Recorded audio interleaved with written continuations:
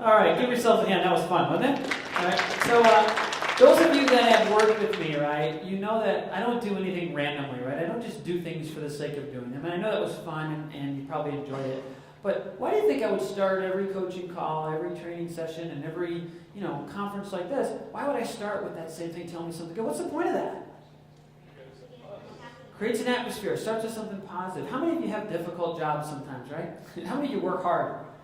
I can tell you that people that are high achievers sometimes tend to shift the pendulum a little bit to one side, and that they tend to focus on the one or two things going wrong versus the hundreds of things that are going right. So it starts things off in the right mode. And I can tell you on coaching calls, sometimes I can sense the frustration on someone's voice before the call starts. The phone goes literally silent sometimes for 2 or 3 minutes while they're thinking of the one thing good. I get it. Some days it's hard to think of that.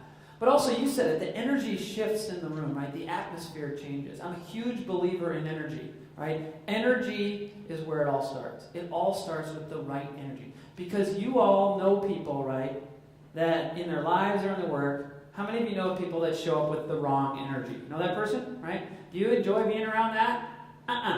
Now, luckily, you work in a place that doesn't have a lot of that because that's not the culture you've built here.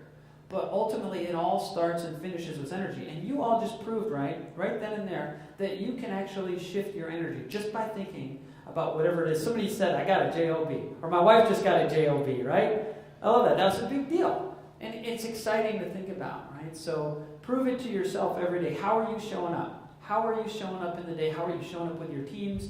Because you all, by definition, are leaders in this organization. By the fact that you're here, you lead this organization. So you have an impact. What impact are you having on your teams, and what impact are you having on yourselves? It starts with energy, and ask yourselves every day, how do I show up? Because all of us can show up and play a little bit bigger, right?